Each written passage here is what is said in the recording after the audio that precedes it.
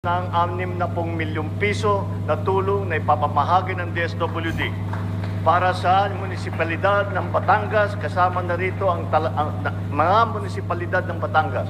Kasama na rito ang Talisay na lubhang naapektuhan ng Bagyong Christine. Makakatanggap po ng tigsa 10,000 piso ang mga piling magsasaka at mangingisda na labis na tinamaan ng bagyong ito.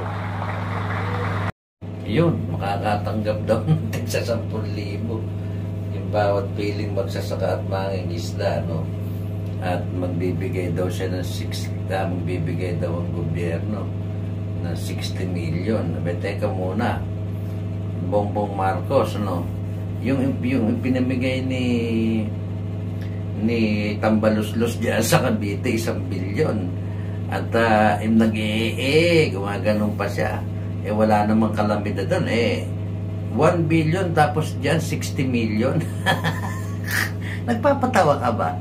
Punta niluloko niyo yung taong bayan. Tapos yung binigay mo, parang kulungan ng aso. Alam mo kung gawin mang kulungan ng aso yan, at yung aso ay nagutom, at yung ginat-ngat yung plywood mo, makakalusot dyan yan.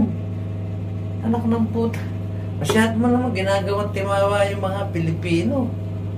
Anak ko, Diyos ko, ano ba naman itong presidenteng ito? Hindi ko maintindihan kung lusaw na ba ang utak mo at ganyan mo lang tratuhin yung mga Pilipino.